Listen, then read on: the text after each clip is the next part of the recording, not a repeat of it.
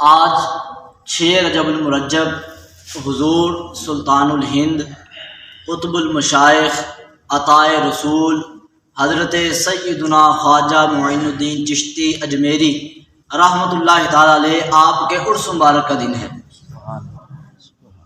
حضرت خواجہ معین الدین چشتی اجمیری رحمۃ اللہ تعالیٰ علیہ کو اللہ تبارک و تعالیٰ نے جو مقام اور مرتبہ عطا فرمایا ہے وہ ہم اپنی زبانوں سے بیان نہیں کر سکتے۔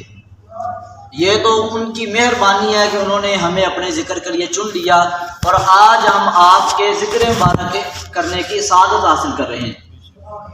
حضرت سیدنا خواجہ معین الدین چشتی اجمیری رحمۃ اللہ تعالیٰ علیہ جو ہیں، آپ ایک رئیس خاندان میں پیدا ہوئے۔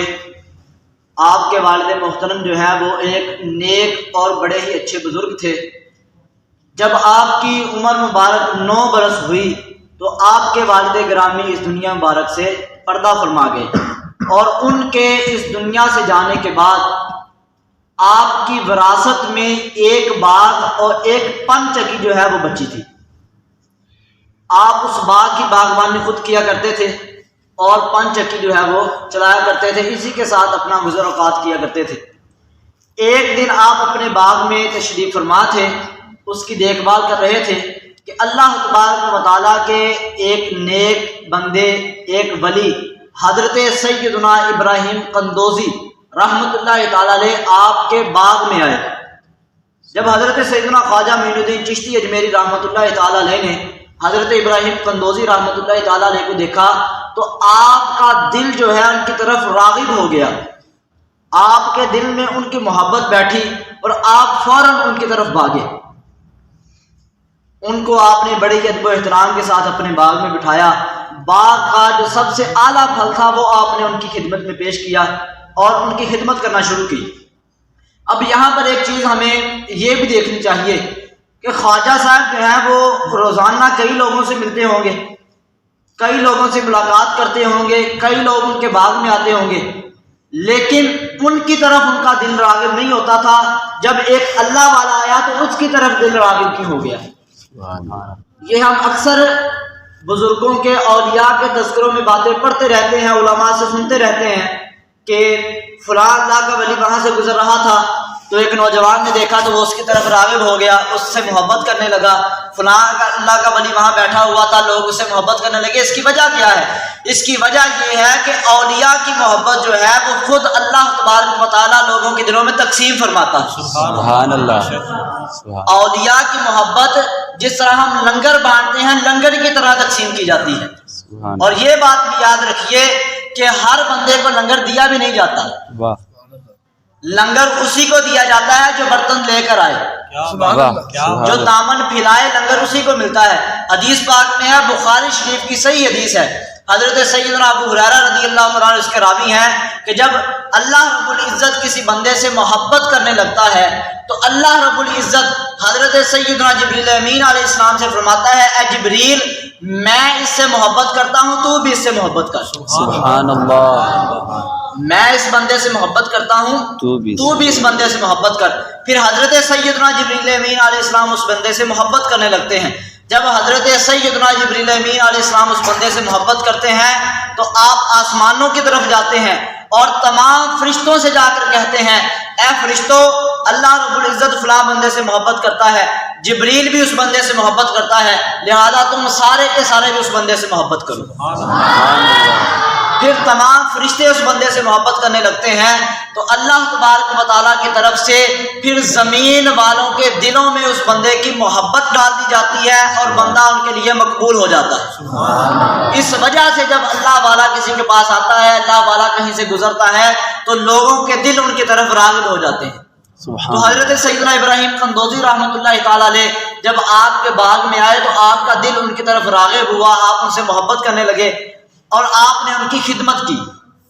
جب آپ اس وقت ابھی آپ کی عمر تقریباً 13 سے 14 برس یا 15 کے قریب تھی، یعنی کہ آپ جوانی آپ کی شروع ہونے والی تھی، یہ آپ کی عمر تھی۔ تو آپ نے جب ان کی اتنی خدمت کی تو حضرت ابراہیم قندوزی رحمۃ اللہ تعالیٰ علیہ خوش ہوئے اور آپ نے خوش ہو کر اپنا منہ میں کوئی چیز ڈال کر خواجہ صاحب کو عطا کی۔ سبحان اللہ۔ جب انہوں نے اپنا جھوٹا آپ کو عطا کیا، آپ نے اپنے منہ میں ڈالا تو اس کا ذائقہ جو تھا آپ کے دل تک پہنچ گیا۔ سبحان اللہ، سبحان اللہ۔ اس کا ذائقہ آپ کے دل تک پہنچا، آپ کے دل کی دنیا بدل گئی۔ آپ نے اپنا باغ بیچ دیا، اپنی پنچکی بیچ دی، سارا کا سارا مال اللہ کی راہ میں خرچ کر دیا اور پھر علم دین حاصل کرنا شروع کر دیا۔ سبحان اللہ۔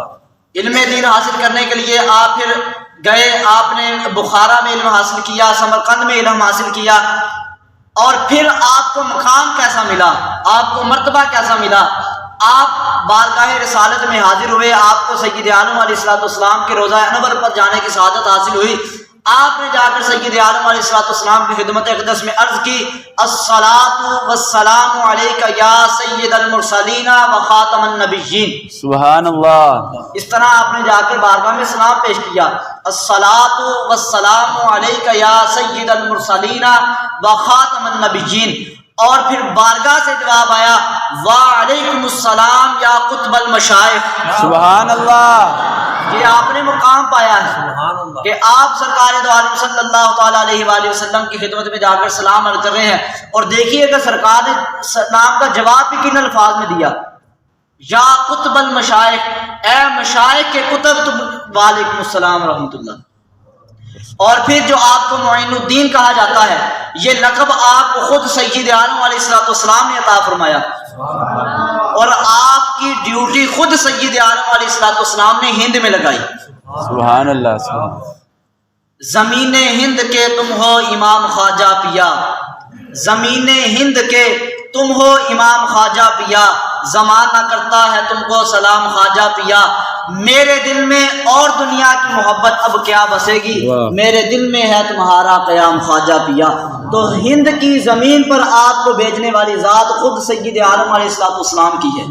سبحان اللہ۔ اور پھر آپ عبادات میں مصروف رہتے تھے۔ جب حضرت سیدنا شیخ عبد القادر جیلانی الحسنی والحسینی رضی اللہ تعالیٰ عنہ، آپ نے یہ اعلان فرمایا، قدمی ھذہ علی رقبۃ کل ولی اللہ، کہ میرا یہ قدم اللہ کے ہر ولی کی گردن کے اوپر ہے۔ سبحان اللہ۔ بغداد شریف میں آپ نے یہ اعلان فرمایا۔ اس وقت حضرت خواجہ پیا جو ہیں، آپ خراسان میں پہاڑوں پر بیٹھے پہاڑی علاقے میں عبادت کر رہے تھے۔ جب حضرت سیدنا شیخ عبد القادر جیلانی رضی اللہ تعالیٰ عنہ نے یہ اعلان فرمایا تو آپ نے خراسان میں آپ کی آواز کو سنا اور اپنے سر کو جھکا دیا اور فرمایا، بل قدماک علی راسی وعینی، آپ کا قدم صرف میری گردن پر نہیں بلکہ میری سر آنکھوں پر ہے۔ سبحان اللہ، سبحان اللہ۔ صرف میری گردن پر نہیں بلکہ میری سر آنکھوں پر آپ کا قدم ہے۔ یہ آپ نے اللہ تبارک و تعالیٰ کی بارگاہ سے شان پائی ہے۔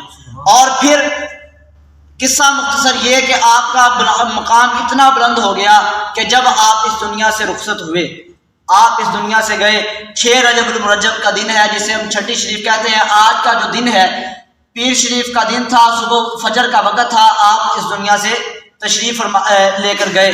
تو جب آپ اس دنیا سے چلے گئے تو آپ کے ماتھے پر ایک عبارت لکھی گئی تھی۔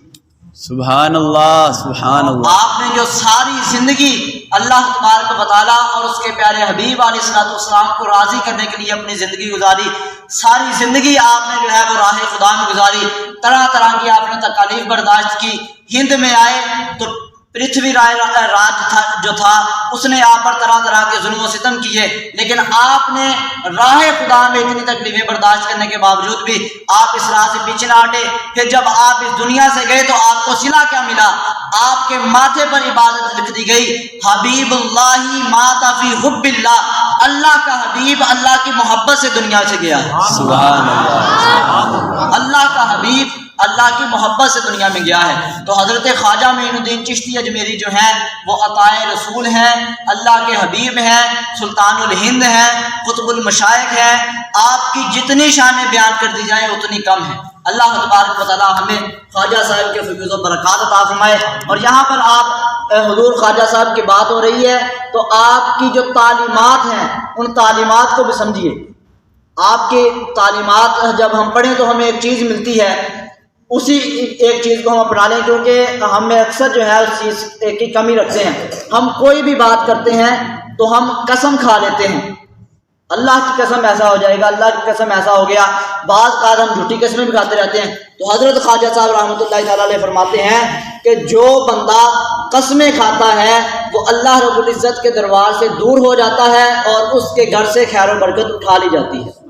تو بلا وجہ بغیر کسی وجہ کی قسمیں نہیں اٹھانی چاہیے، بلکہ اس چیز سے پرہیز کرنا چاہیے۔ اور خواجہ صاحب کے ملفوظات میں ہمیں یہ بات ملتی ہے، آپ فرماتے ہیں کہ جو بندہ رات کو باوضو ہو کر سوتا ہے، سبحان وضو اللہ، کر کے رات کو سوئے، تو فرماتے ہیں کہ صبح اللہ تبارک و تعالیٰ کے فرشتے رب کائنات کے دربار میں جاتے ہیں اور جا کر عرض کرتے ہیں مولا اس بندے کی مغفرت فرما دے، یہ رات کو باوضو سویا تھا۔ سبحان اللہ۔ تو ان چیزوں کو بھی اپنانا چاہیے۔ اللہ تبارک و تعالیٰ ہمیں خواجہ صاحب کے فیوز و برکات عطا فرمائے، آمین۔ وما علینا الا البلاغ المبین۔